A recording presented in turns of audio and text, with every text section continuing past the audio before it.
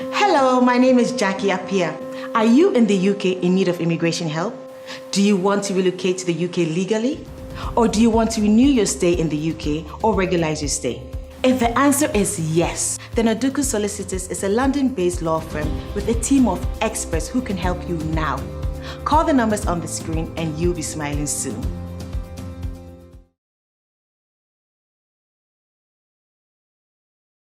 Welcome to another episode of Uncensored. It's your man, Chris-Vincent, as usual. And I want to have a very valuable conversation with an old friend. I know this conversation would be beneficial to a lot of young people back home, especially those within the Commonwealth countries who are seeking to join the British Army. This person I'm going to talk to is a serving member of the British Army. He started his journey from Ghana and then got into the army, made an application from Ghana, got into the army here. He's been serving for many years. I want us to look at how he started his processes and how far he's come in terms of his career. He would be giving us a lot of insights and advice as to what to do, what not to do. And then perhaps after this conversation, if you're a young person in Ghana, Nigeria, or any of the Commonwealth countries seeking to join the British Army, you would be able to know what to do. Myself, as you know, I'm a lawyer. I do represent a lot of these young people with legal representations in terms of acquiring the necessary visa to come and join the British Army. Welcome to Uncensored, Obi. Thank you very much, my brother. It's been a long time. It has been indeed. It's been a long time. We've been trying to have this conversation for many months, but because of COVID, yes. So we've not been able to sort of meet and then Yes. arrange things Yes. as we Yes. want. Yes, but finally we made it. Okay. How is life in the army? Life has been fantastic. It's hectic one moment and it's slow the other, but it's just a mixture of both worlds. That's what we live with at this time. Okay. So before we actually go deeper into processes and stuff, I want us to look at who you are in terms of your army life, your career, how, what rank you have at the moment, where you started from, how you even got to know about British Army, whilst you were in Ghana, and how you were able to travel from Ghana to the UK, join the army, and then how far you've come. So let's start with perhaps a bit of history to you as a soldier. Okay, I started off in Ghana. I initially had friends who were 7 in the British Army. Back in GIJ, when I had enrolled, I was in touch with a few of my friends who were coaching me at the time when I expressed interest. When I finished GIJ, I moved on to Sefi to do my national service in the Western region, Sefi Jaboso. Over there, I raised some money helping out the district commissioner for the electoral commission. And this was when Ghana was doing the 2012 electoral roll. Okay. So I did raise some good money at the time, and with the help of my dad, I had basically put everything together. The army accepted my application. They had me do an initial medical checkup. So from let me just cut in from the time you submitted an application to the British Army to the time they got back to you in terms of your acceptance. What was the time frame like? I just want people to have an idea so that when they put in an application, they will not start thinking, look, I need to get a response by Friday or by tomorrow, end of the day. So how long did it take from the application stage to the acceptance stage? You are looking at a minimum of 10 to 12 weeks. Okay. For the application itself to be responded to. Okay. Sometimes they might be very busy. At times it's slow. In these times it's quite different. The things have changed, which we'll come into at some point in the conversation. For myself, the first email response I had from them was which is about crossing the 8-week point. And then they opened up a portal for me. They had me assigned to people they call candidate support managers. Okay. These people manage the application. They tell you what to do. They tell you the document to bring in. At that point, I had crossed the 10th week, coming to the 12th week. Okay, so you are telling me you are assigned a particular individual who is going to sort of assist you through the process, and it's quite very interesting, Yes. And it seems quite also relaxed relaxing to know that, look, you have an individual assigned to your case, that if you have any sort of questions, you're able to ask this candidate support manager, isn't it? Exactly. Okay. So from the time the candidate support manager got to you, what then becomes next? So in between that time, you would have to put together things like your school certificate, put together stuff like sponsorship. Sponsorship again will come to in greater detail. You need a sponsor in the UK. Okay, so before we go to sponsorship, you do mention school certificate. Is there an entry limit or sort of level? Do you have to perhaps have a degree, a master's, or what is required as the entry requirement to be able to join the British Army? The bare minimum is to be able to read and write. This is what they say. But I think I'll go off the safe route by saying you could do with a junior secondary certificate or junior high school certificate. So we are talking about SHS, basically, senior high, or junior, or JSS. JHS. Okay, JHS. All right. Junior high. They will tell you some of the specific job roles may need more, better qualification, not for the ones. Okay, so that's if you get in. But we are looking at to be able to apply. So you are looking at basic just education. The basic bare minimum, JHS. As long as you can read and write. That's what they want. Okay, all right. So that is the first sort of requirement. Being able to read and write. Then you proceed to look at what sponsorship within the UK. Sponsorship within the UK. It is a very big thing. So what the army normally does is they basically want someone who can vouch for you. Not vouch or physically be a sponsor in the terms that we sometimes understand. So when I initially heard of sponsor, I thought, someone who dip their hands in their pockets and give you money.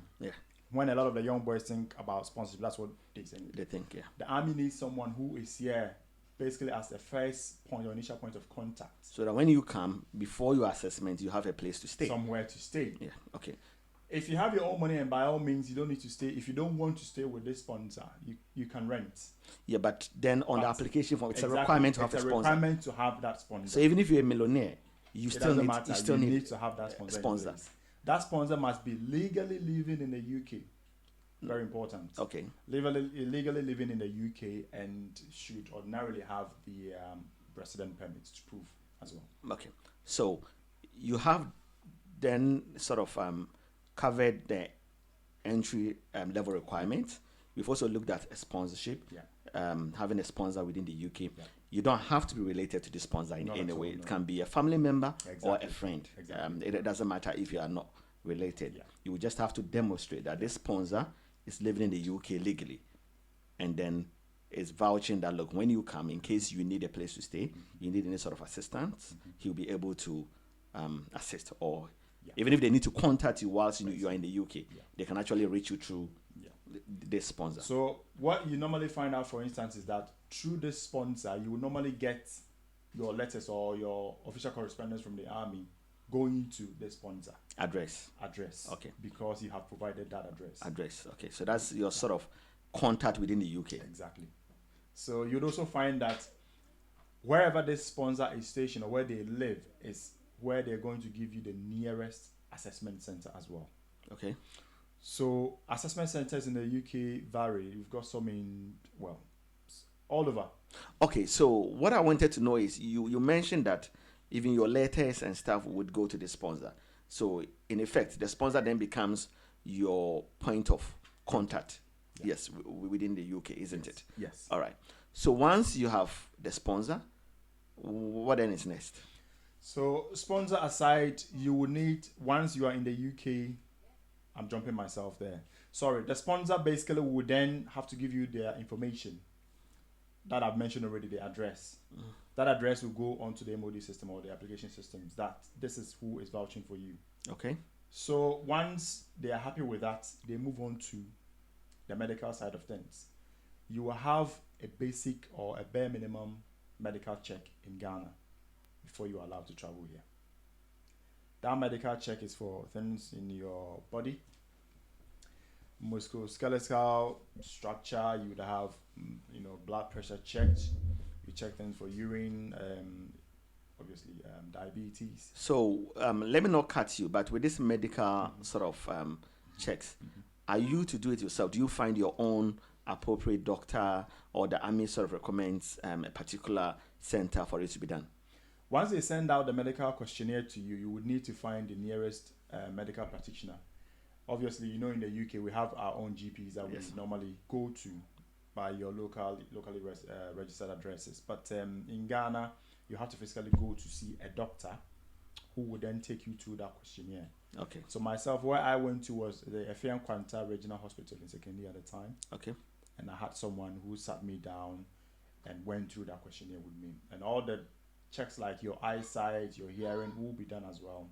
And the doctor will then append his signature and stamp that he is happy that you are clear and that you are fit to be able to carry on or progress with your application.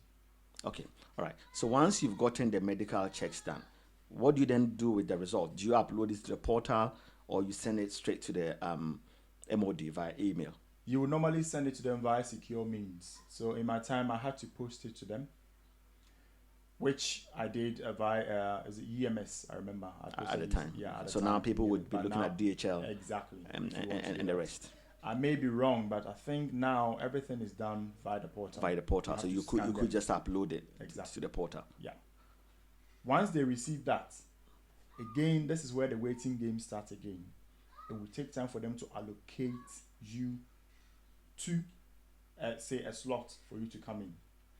Once the army doctors have been able to see those documents and they're also happy, they give the approval to your candidate support manager.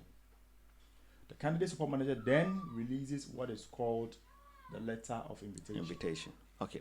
So I also want us to have a bit of idea as to time here.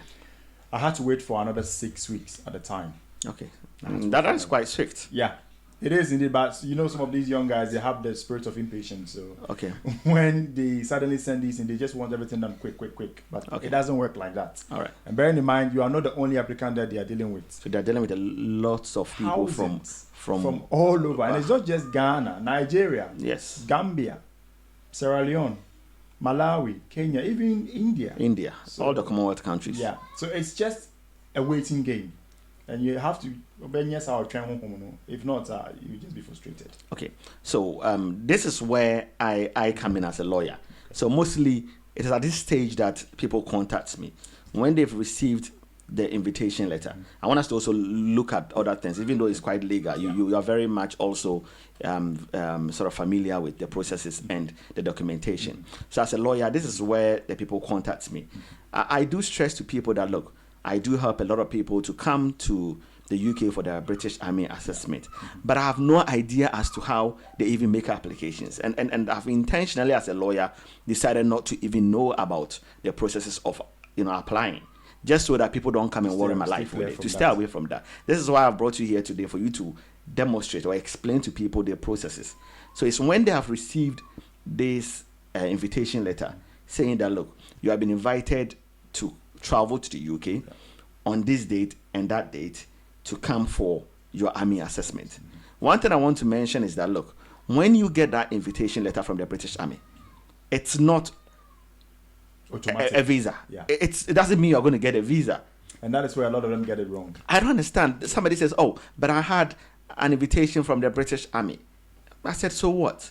It's even though you are coming for an assessment, it's an invitation that says that, look, you have to come. Yeah. But it doesn't state that, you ought to be given the visa. You need to demonstrate to the people giving the visa here, the Home Office or the entry clearance officer, that you meet certain requirements to be able to be granted a visa. What I find also interesting is that people think they might be coming in with a special visa and therefore they ought to be given some sort of special treatment. People need to understand that when you are coming for a British Army assessment, you are coming in on a standard visitor's visa, and therefore you are required to meet the conditions of a standard visitor. So, if I may, come in. What the understanding or the perspective in Ghana for most of these young men is that, or women, is that the MOD has an upper hand in the operational, capacity of the Home Office. In Ghana, when the police or the fire service, most of government departments work hand in hand. Yes. There's interoperability, but over here there's a lot of checks and balances, and the Home Office are the independent body or institution away from the MOD. But they seem to think by having that letter, it is your automatic guarantee that you should have the visa. So when they get refused, then they are shocked or surprised. Yes, that's what the army army invited me and they don't want to give me the visa. As a lawyer, I think I do also have a bit of a problem with the setup. Even though I know from the legal perspective or from the legal angle that, look, this person is coming in on a visitor's visa, I think the MOD perhaps should, in the future, look at having a very unique relationship with the Home Office in relation to these applicants, such that, look, they ought to have maybe a small category of people coming in, and they have to have a specific applications for them, because a lot of these people are young. So, for instance, 24-year-old person coming to join the British Army mostly would find it difficult to meet the stringent conditions of a visitor's visa. Bear in mind, they are coming here to find work. To find work. That work they don't even have back home. Go home. So but the Home Office is telling them to provide evidence or economic means where they are coming from, which is a challenge. So that is my problem with the kind of relationship the MOD has with the Home Office in relation to new recruits.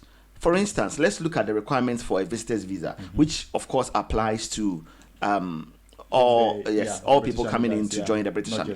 First of all, you would have to demonstrate that you have sufficient funds to cater for the related cost of your trip, which is quite, reasonable. People are able to, I think, conveniently demonstrate that, look, my uncle is going to pay for me, or my mother wants to pay for me to go to the UK for the assessment, right?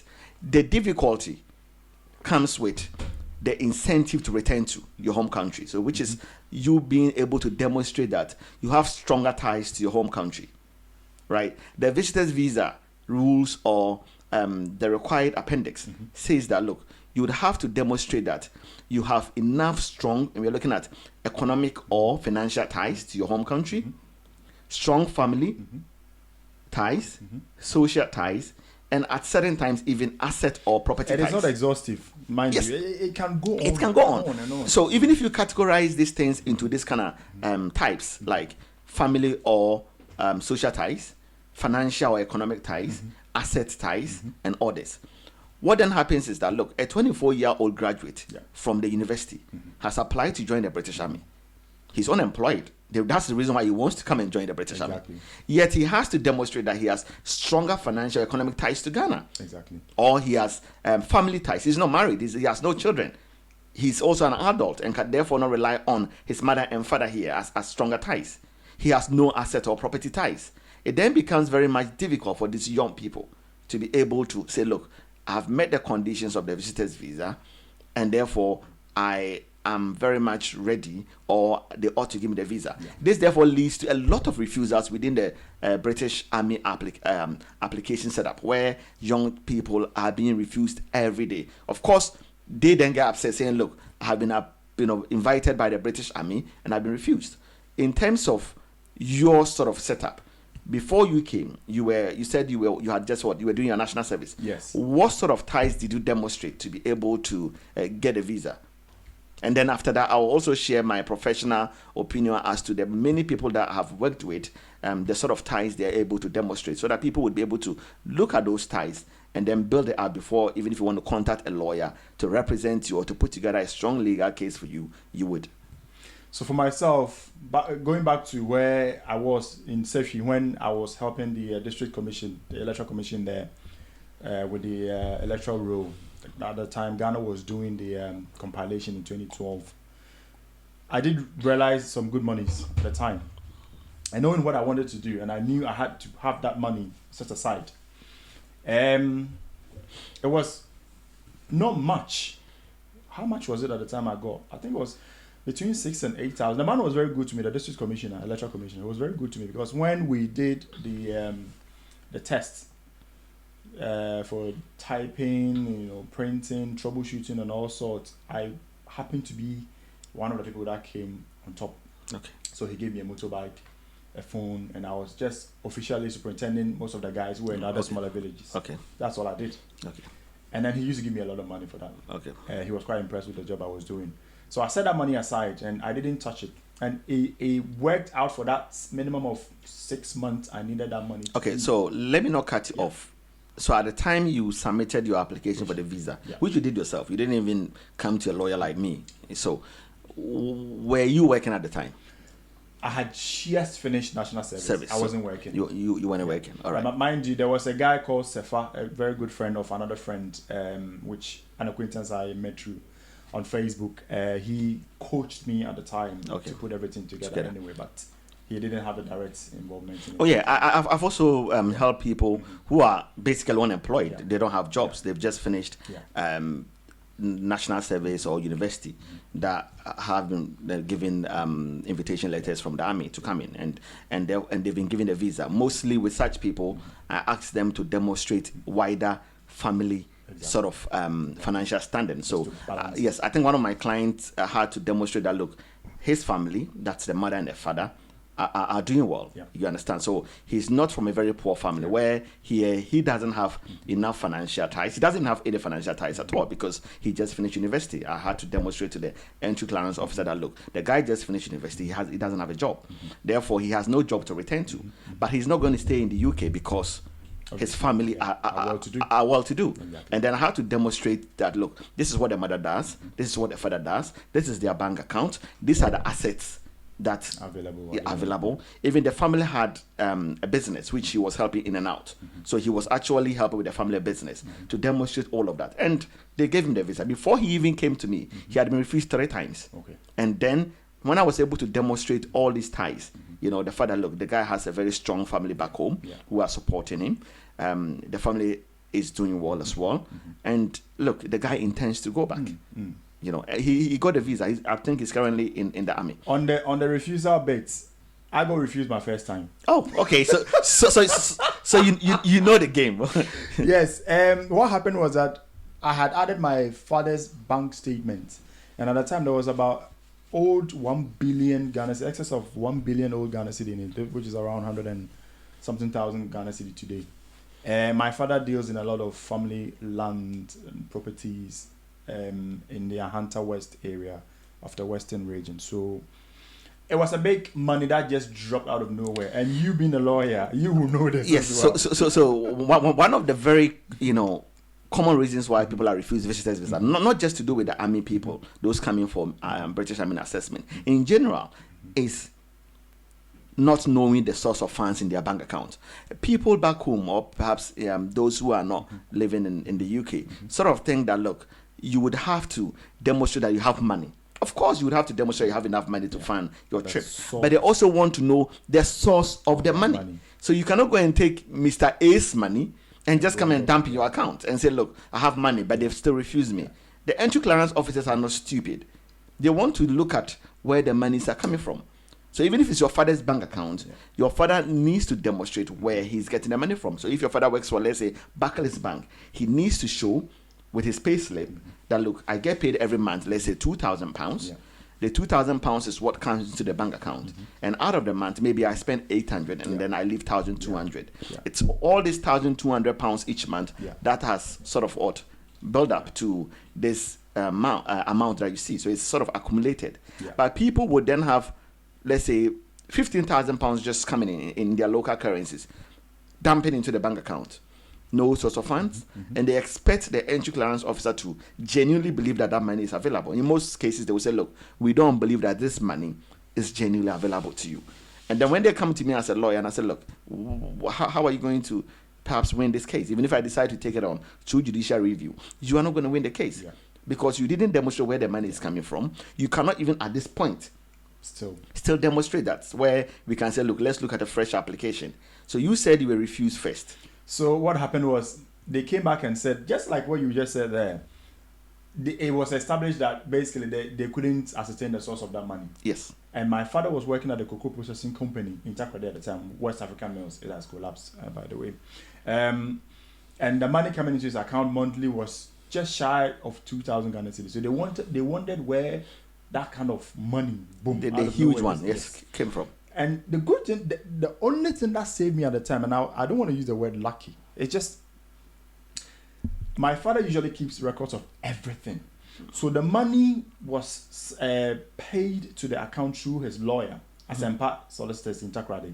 Schlumberger, an engineering company in Germany, they came to get land and they issued that check. So my father had kept copies of that check. It was a Barclays or a Standard Chartered check, and the invoice and everything. So when we did reapply, and Sefa was like, demonstrate. We need to demonstrate to these people that this money is rubbish. Yes. The money. No, but at the point they were not talking rubbish. Exactly. They didn't know what the source, Exactly. what the source was. So when we went, they didn't even have anything to say. When my passport came back, the guy called me from Kumasi, to go be the glory. You've been given the visa. When I opened my passport, the person who put the visa there was even probably annoyed because you could see that the visa. No, come on. The person wouldn't be annoyed. It's just that the person had so many stickers to put in passports, and it was perhaps running out of time. It was an experience for me. Yes, I do get it. It was an experience for me at the time, yeah. But moving away from that, I think people keep making that same mistake. Yeah, they do.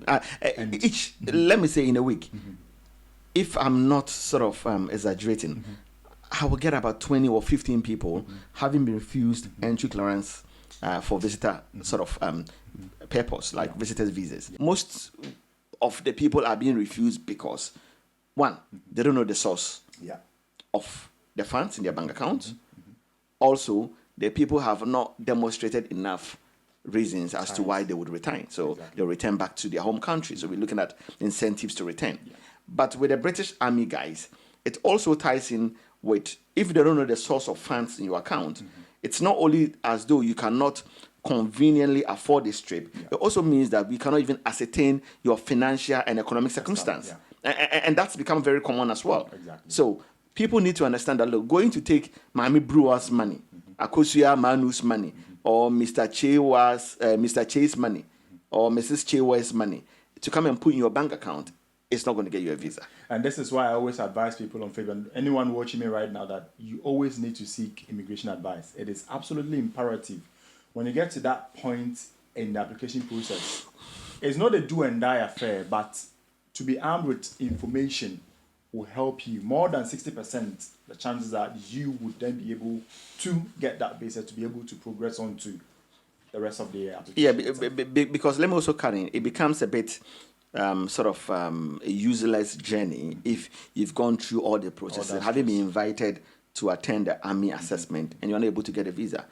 Once again, the MOD is not going to help you in any way at that stage. The MOD, what they've done is that they've issued you with an invitation. You have to secure the visa to come for the assessment. If you don't come, they cancel it. And there is a disclaimer on those letters that normally state that the MOD does not directly involve themselves with the visa issues of anyone. Even as far as the point when you come into the UK and you have to extend your visa, which will be another discussion going on from here, they will normally tell you that they don't directly deal with Home Office or visa issues. But it's all up to you.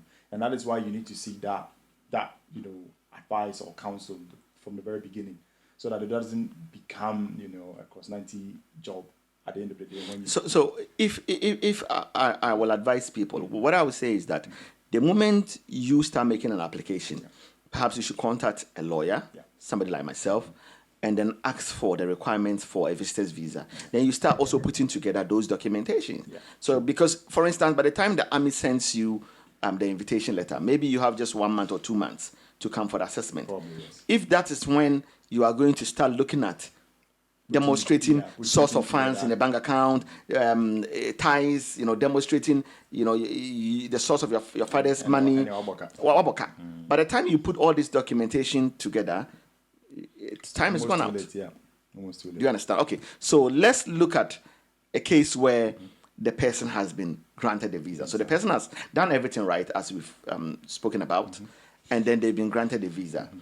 Per practice, because of COVID, most of the army guys that have been applying for their entry clearance or visas for them, I do see on the army invitation saying that, look, they have to get into the country 20 days before the assessment, or 21 days or so, to be able to get quarantine for maybe 10 days or so, and then also get acclimatized with the weather and stuff. So they do require that, look, you come in a bit earlier. If your assessment is tomorrow, you don't show up today, and say, look, they might even cancel your assessment.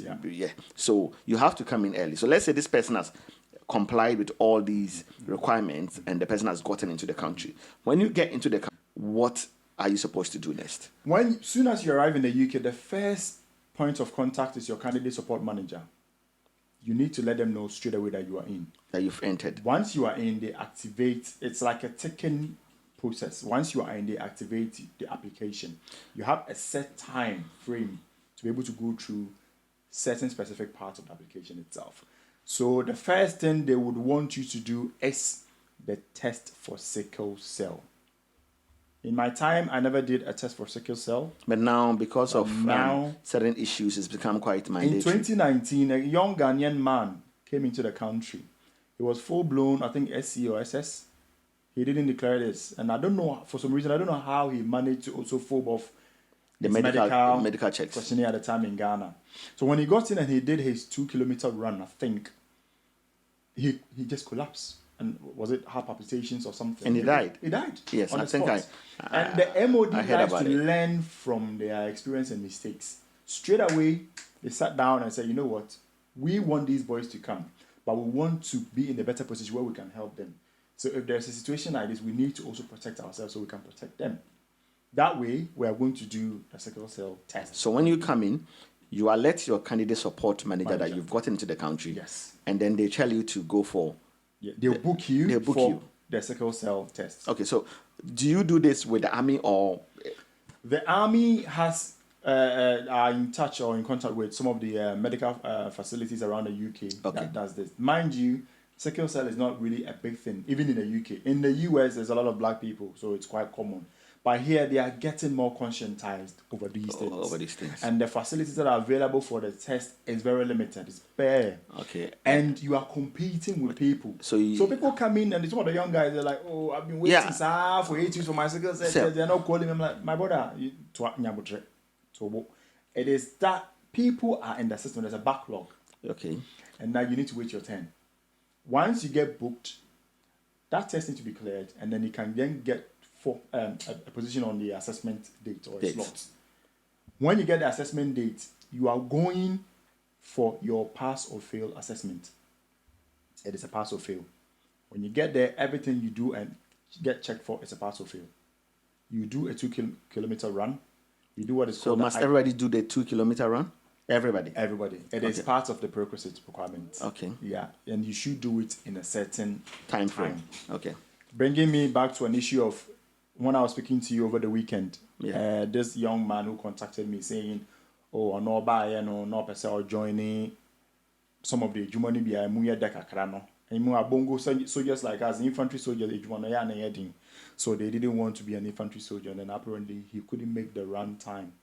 And he was given a shot at it twice, he failed, and his application got rejected.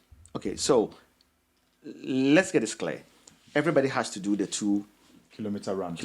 Yeah. So it means that when you have been be given the invitation letter to come in, you need to start running back home. You should have. Yes, when you started applying for the assessment, you need to start running. You cannot just wait till last minute. So you have to be fit. Yes. All right. And then when you come into the country too, that's why they say come a bit earlier. Yeah. Run in the weather. Feel it in your lungs. Get yourself used to the weather. The humidity is a bit different from what we are used to in Ghana. There's a lot of moisture in Ghana in our atmosphere. But dry, you can feel it in your lungs. You know this because in the winter when I run, I can feel that I struggle. Okay, so let me ask this question. Mm-hmm. At what point do you decide what sort of role you want within the army? I don't know. Is it when you are making the application or when you get here? How is it like? Because people want to know. And then also, let's look at the various sort of roles within the army. You can tell us about your role or which sort of regiment or how you guys would describe it that you belong to. And then let people understand the sort of requirements for each sort of roles, for each role. And then let me know what it is that is very important to know about each role for each applicant so that they know that, look, when I'm coming, if I want to become a chef, am I allowed to become a chef? Would I have to still run 2 kilometers if I'm going to be a chef? And all those sort of stuff. So the roles are varied. The British Army as a banner itself has so many job roles, or what we call cap badges. That is the technical word term we use in the army. Myself, I happen to be in the infantry. It was not really by choice, but I've made more of what it is an opportunity and what it is for me to work as I am now. There are people who come and they want to join other trades. So we've got the logistics corps, we've got the artillery, the engineers, we've got the Army Medical Corps. A friend says he's in what? Signal. Which one is the signal? The signal is the radio operators and the telecommunication guys. Okay, all right. So they handle the Army's radio from, say, ground to ground, And ground to air. a lot of Ghanaians are in there because my friend is a Ghanaian. Yes. People like to feel like they are in a trade where they can benefit. Okay. So when they leave the Army, then they can use that wherever they go. They go. Okay. The RLC, or what we call Royal Logistic Corps, is a banner for jobs like chef, Okay.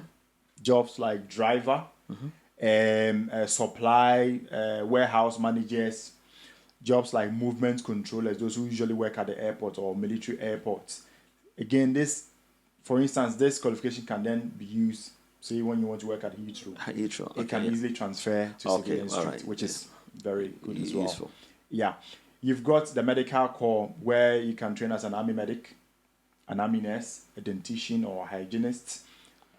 You've got things in the Royal Electrical and Mechanical Engineers where you can be a fitter if you want to, an armorer or a blacksmith mechanic guy if you want to deal with specialized weapons and, you know, it's as assembly, you are there as well. Every trade has the bare requirements. In the infantry, they will tell you you don't need any qualification. You just join it. You just join it. That is what they are going to tell you. Okay, so you I don't think you've answered my question. So at what point you decide which trade you want to join? Yeah, I was coming to that. So once you come in and with everything that they've given you, they would interview you. You go for an interview. They will do what is called the British Army battery test or the BAP test. I think they've changed it now. They do something different now. Throughout the entire assessment process as well, where your fitness lies, they will sit down and they will assess you and they say, you know what, this person is very confident. He's got his background, his qualifications, but he couldn't meet his run time. So he might probably be more suited for, say, A chef. a chef. Yes. Or this person is very fit, but he's not more into the book long things. So yeah, Infantry. infantry. So, Mind you, I'm an educated person. There's a lot of educated people in the infantry. so the infantry, I'm not disrespecting anybody. what do you guys do in the infantry? You are the gun guys. We are the bread and butter of the army. We are the eyes and ears on the ground. We are what is called the boot on the ground. So when you think about MOG campaigns in the Middle East, Iraq, Afghanistan. So you are the guys that they take there. Basically. So we are the frontline operators Of the army. where this But even if you are going to Afghanistan, you might need a chef. So one of those people will still they will be at the back. at the back when the gun is okay. They don't get involved in in our the war, business. in the wars and stuff. The chef is supposed to feed me. So Yes. me cook be petrus, me cook me konenama bar. I'm supposed to be fed. Okay, so the so chefs will be there, would have done that. The food. The medic will be there to check people who have foot problems. Okay. The engineers will be there to check the vehicles. That's okay. The Army Air Corps guys will be checking the Apaches, the Oh, helicopters. so it doesn't mean that, for instance, if you are signal, Yeah. you are not going to go to Iraq. You will still go. You will still go, but it's just that you are not going to go on the front You'll line. be able to carry a weapon, to be able to defend yourself, or to be in a combat role is when it is needed. Needed. Other than that, the infantry that, guys yeah. will protect you. Yeah, but even on patrols for infantry, normally you have one medic boom, one signal boom, one engineer be. It's the moving parts come Okay. together. All right, I do understand now. So based on that qualifications, based on your assessments and your capabilities, they will say, you know what? I think it's automated. The system just randomly sometimes pick as well. Okay, but mostly you are saying that it is your performance at assessment that sort of determines which role you are going to be assigned. Exactly. So people should not take.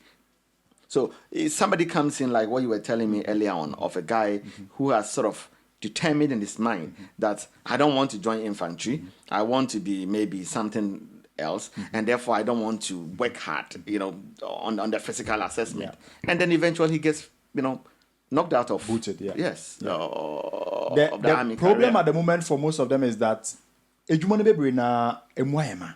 Okay. So now the army is now trying to fill their quota for mostly the infantry regiments or cabbages. Yes. And unfortunately, this is the situation. And it's not more of a choice or an option, it's just what it is.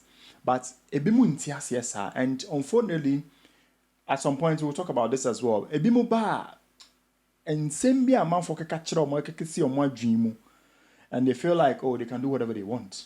It doesn't work like that. Most of us didn't get the choice, opportunity to change our jobs. Mechiba, your last born of here, he has joined as well. Which of them did I work on the visa for? Both of them. If Oh, you okay. remember. What was their name? They were both Emmanuel Obeng, Caleb Mansur. They both got refused the first time. Yes, and then I had to.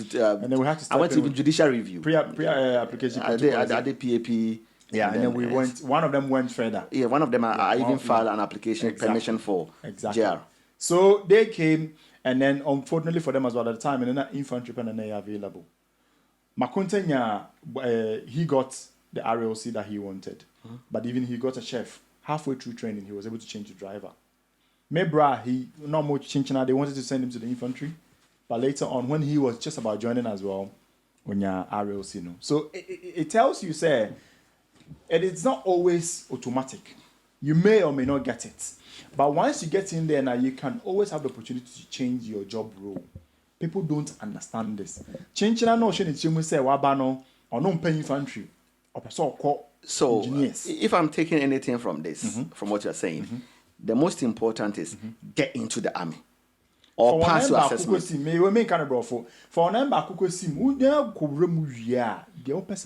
And then you start negotiating or talking to them. And so one watch it and one another. So one of them so one in the BCS can idea. So but sometimes you can't do that. But when you tell them that they don't understand. Okay, so now let's look at as somebody who's been in. How long have you been in the army? I've been serving for 8 years now 8 as an years. infantier. So how many years do you intend to serve? The minimum you are required to serve is 4 years. After that, you can sign off.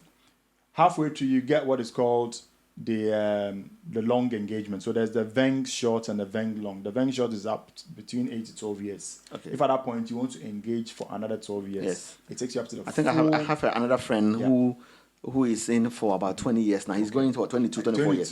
22 At years. 22, done. Yes. I think he says he wants to do his 22 and then get his full pension. Exactly. Yes. A lot of people stay on through their career to that point because of the pension as well.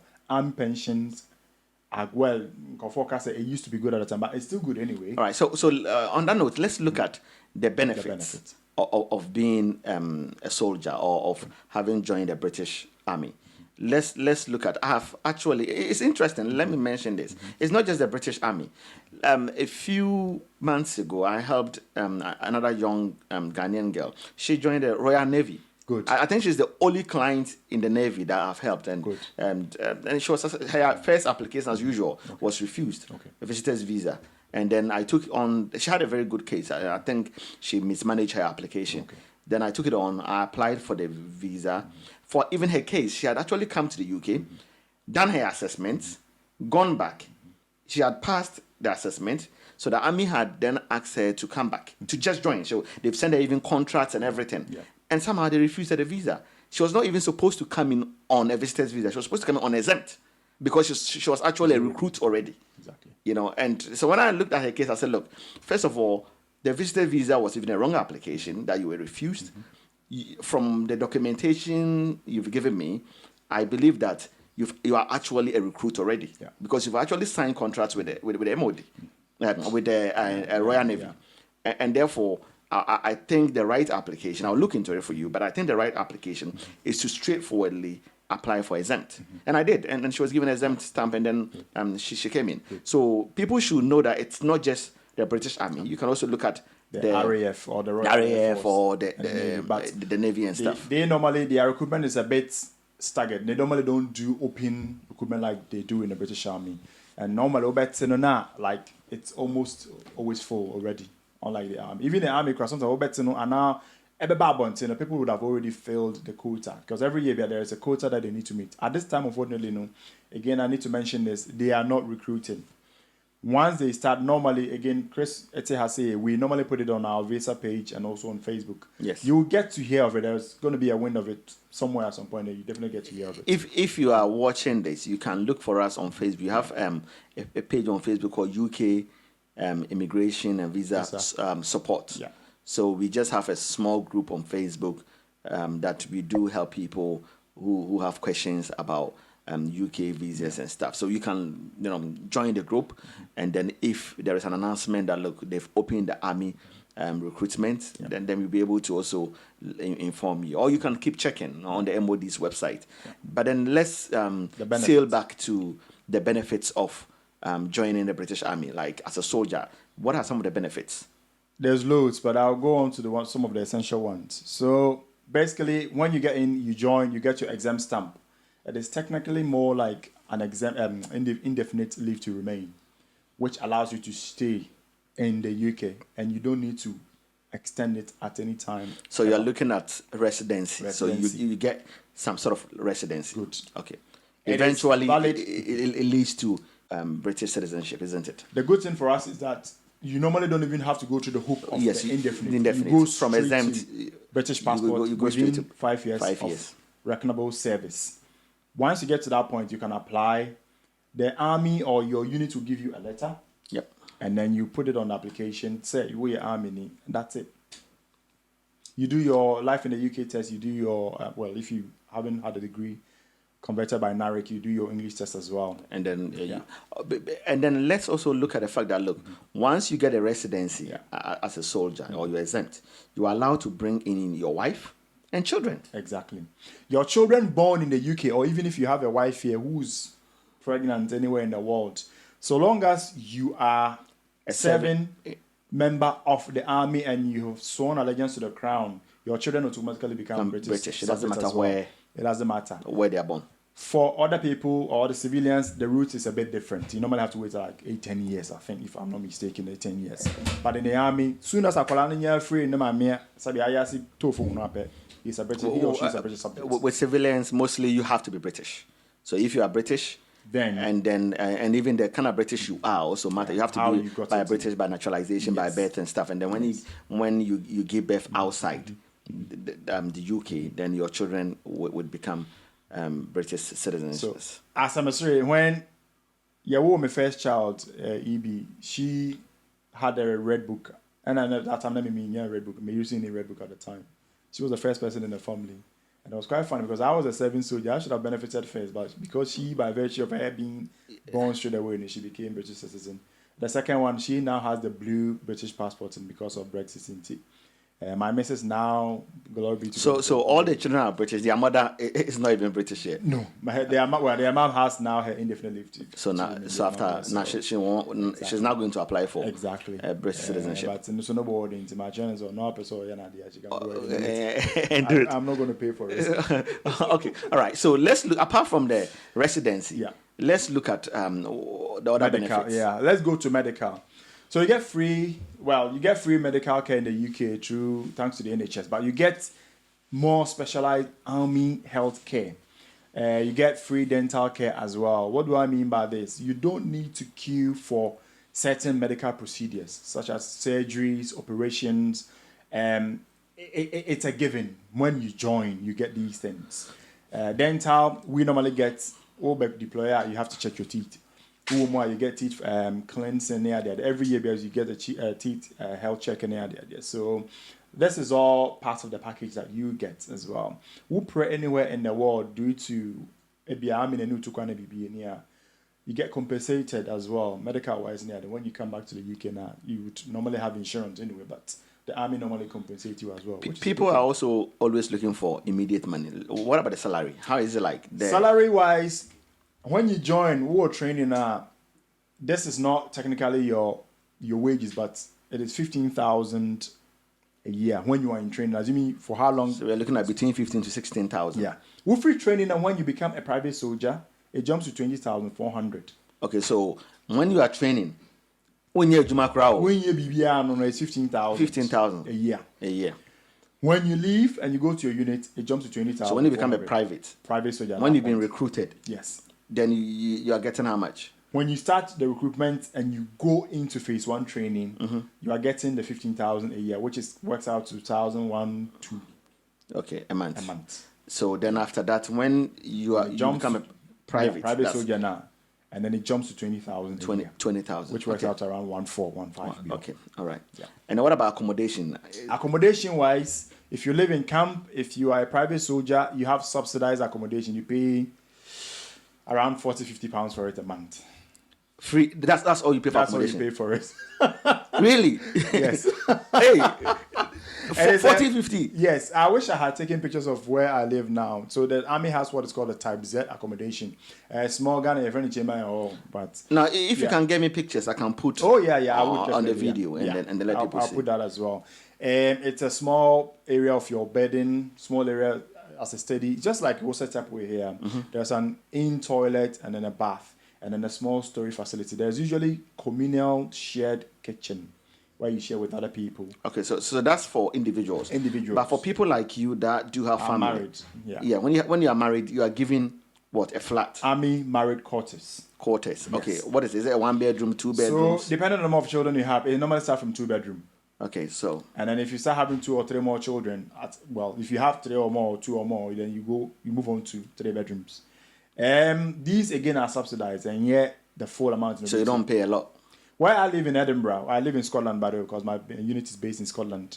In Edinburgh, the property I live in the area I live in, you are looking at anywhere between £600-800 a month. And it's how many bedrooms? It was three bedroom at the time. It's 2 bedroom and 1 box room, but we class it as 3 bedroom.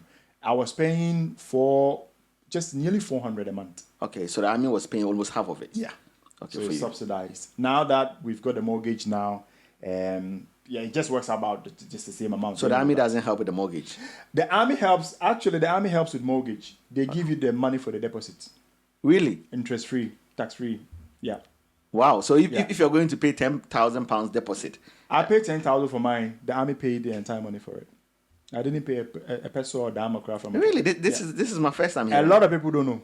Okay, so lot of people don't know. when you've gotten the mortgage offer, that's when you go back to the army, So isn't it? you file for it, and then your solicitor then gets in touch with the army. And then mind you, they take everything off your hand, and then they just deal with the solicitor. They pay everything. I even tried. Na me pese me ye Takashi bi di kakra to so na nka me di chop. Nkundwane ade but ngofone yimi bo honti ja. So the money went straight to your solicitor? It went straight to me. They just called my solicitor and said, "Oh, this person, they will verify." And then they will send the proposal and the offer note to them. Once the army then release the money, then your bank, we are with NatWest, then releases the rest of the money. Okay, so now that you've spoken about deposits even for a house, if you want to buy a house, the army pays your deposit for you. Yeah. What is the next sort of benefit that we can? The next benefit is the traveling. Okay. One of the exciting things that moved me to join the army was the travel. As a journalist, I had always had in mind, say, I would want to travel the world, start writing, build on memoirs. And at some point, when I leave the army, I would want to use that to, build something for myself. I've been to so many exciting places. Mention some so that I've been to US, amazing place in Louisiana. Canada? Canada have been. I think the last time I called you were in Canada. Yes, when you called, I was in Canada. Canada have been. I've been Germany, Kenya. I've been. My passport is full of stamps. And the good thing is that in Europe, you can use your exempt stamp and your army ID to cross to France. To Germany? Yeah. Anyway. You don't need a Schengen visa. A Schengen visa. Or you don't need an European visa to travel to some of these places. Okay. You just cross the border, whoosh. Things might have changed because of Brexit. I'm yet to get the details, but this is how it used to work. Okay. Moving on from there, you get what is called adventurous training. Okay. Things like skydiving, scuba diving. We'll push you another tempting with skydiving. I'm telling you. So we stick to the safer ones like mountain climbing, mountaineering, mountain biking, things like what do you call this thing? Skiing. Okay. Maybe you need anything about skiing, and I wouldn't even want to venture. But there's so much. If you want to join the army, any of the army sport teams as well, football wise, you get to travel with them. Athletics, you get to travel with them. I've got so many young guys who have joined most of these, and they are doing very well for themselves. Okay. Because boys in the idea. You know, it is just opportunity that they get. Because the difference between me and that guy in Ghana who hasn't gotten to that point yet is just opportunity. Okay. And that is what we have now. All right. That's what I say. So, is there any other benefit you would want to highlight before perhaps I ask my next question? Discounts in major retail shops in there, international and local retail shops. So, if I were to go to Nando's or KFC, most UK shopping outlets, the Army has a site called Defense Discount.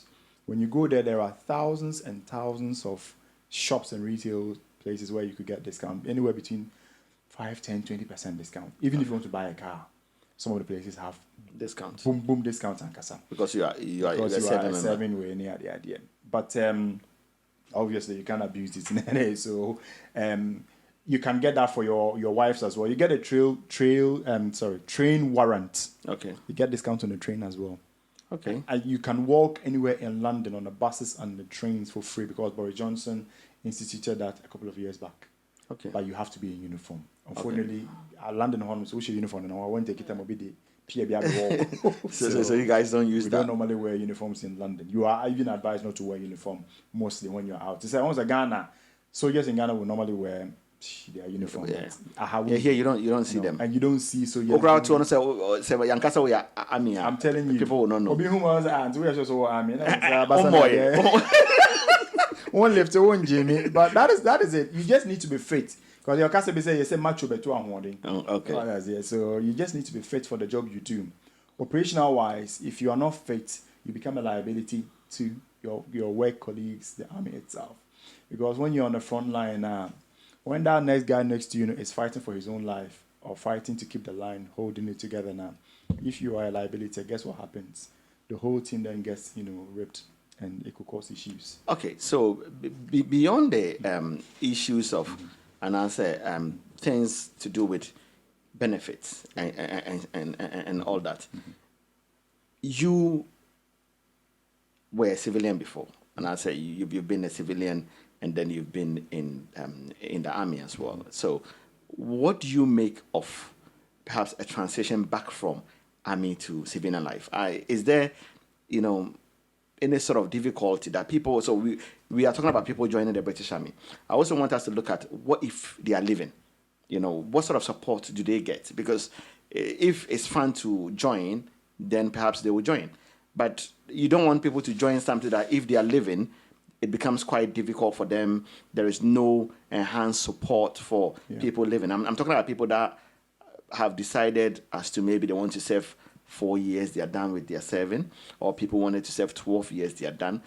Does the MOD or the Army sort of provide any extensive or enhanced support for those living and even for those that sort of have left already? It is a very big thing, and thanks for asking that question. Mitty here, I have all sorts of qualifications, even before I joined. But the Army has given me more. I drive all sorts of vehicles. I have every license for most cars that are on the roads. I have technical qualifications, crane and all sorts. Forklifts and all that. It comes with a job. Okay. Now, where you're watching so free more, if you want to leave, the Army has a transition theme or where you go through the process of signing off. And then what happens is that you get trained. They would ask you what you want to achieve when you go out there. There is a team dedicated to that. There is the Royal British Legion that helps. There is SAFA, the Army Armed Forces Family Federation, EFF. All sort of teams put together. And what they do is that they try to translate your experience, your background and qualification to what will be marketable on civilian streets. Because a lot of civilian employers don't seem to get the work we do or how transferable and translatable the skills are. To civilian life. There is the Armed Forces Covenant. I don't know if you've heard of it before. So the Armed Forces Covenant is an agreement or a pact to the MOD and a lot of civilian employers who take a certain number or minimum quota for people that come from the army. A big example is BT. British Telecom. BT Open Reach engineers. A lot of BT Open Reach engineers are ex-army. Okay. Network Rail. A lot of them are ex-army. you talk of banks near the Barclays, I know have something as well. I've forgotten what they call it. So you would imagine every aspect of the economy that you want to branch into, NHS, teaching, whatever it is you can think of. The army has a dedicated money for what they could call enhanced learning credits or your standard learning credits that can be used. Or when you are leaving, so you'll sign off and you get some money be portioned for you to train towards a certain qualification. If you would say, oh, I'm a bus driver, or I want to join the police, or I want to teach, they get you in touch with the people that matter, that can then coach you or mentor you through that. It's not like when you're on a civilian street, you can turn in your 1 week. Okay, so you give it takes a long time, 1 year. And then there is preparations for you to... Don't forget, people in the army, so you're thinking a bit different. Mm-hmm. We operate quite... I don't want to say we are weird or just awkward, but how we do things is a bit different. Mm-hmm. That said, when Obisu framework, normally they have to take up their own mental health and the idea. These are things that you don't normally pay attention to, but when you're framework, people get really hit hard. So then again, we have the Army mental health support line here at the idea. They get to, support these guys. In recent times, you're telling people, say, they've been free army, but they slipped through the nets and then they found themselves on, streets. Okay. So we don't have a lot of time. So I want you to sort of summarize the whole conversation and give an advice to Obia, all heard this from anywhere abroad, and young people, especially those in Ghana, looking to join the British Army. What would you say to these young people? We've spoken about the initial preparations, the applications, the visa, having the benefits, and many other things. What would be your final words to these people? So what I'm going to say is 3 things, basically. First one, get fit. Get fit for yourself because it is absolutely crucial to the job that you're going to be doing.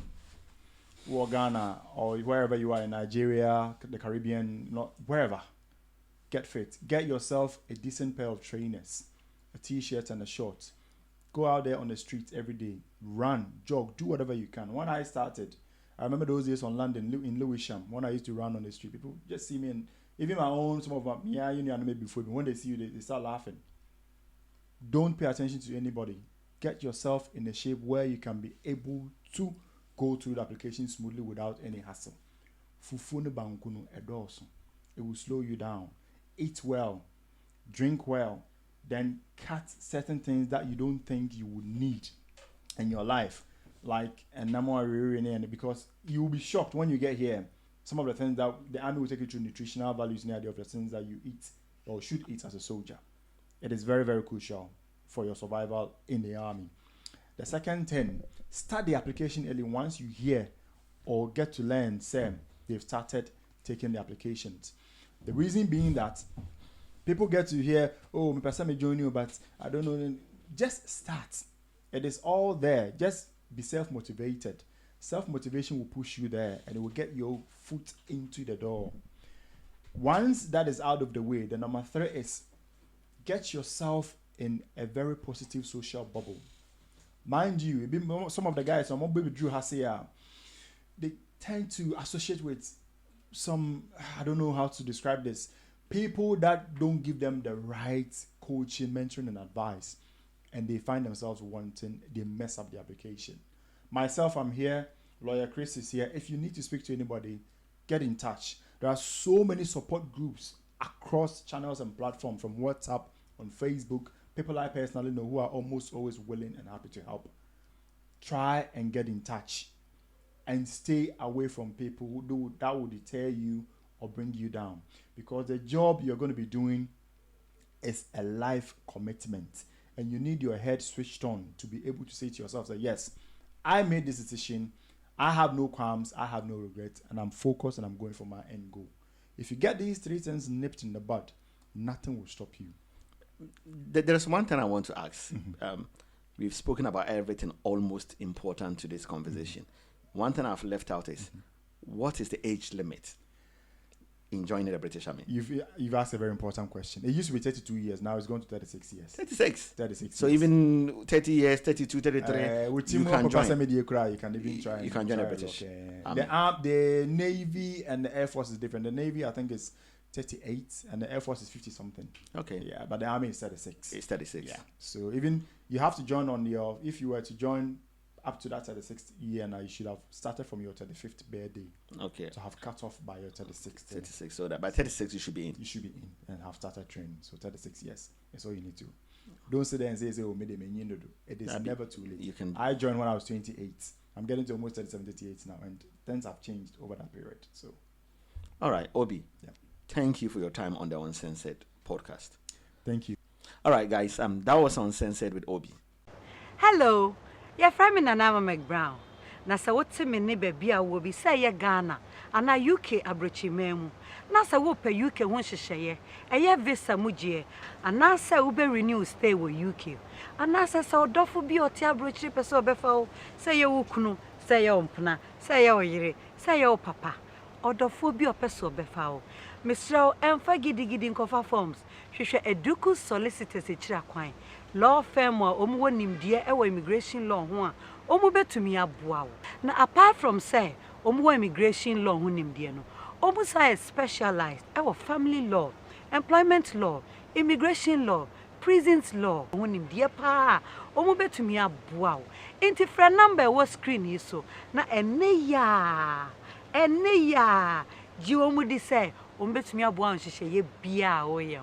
Me da say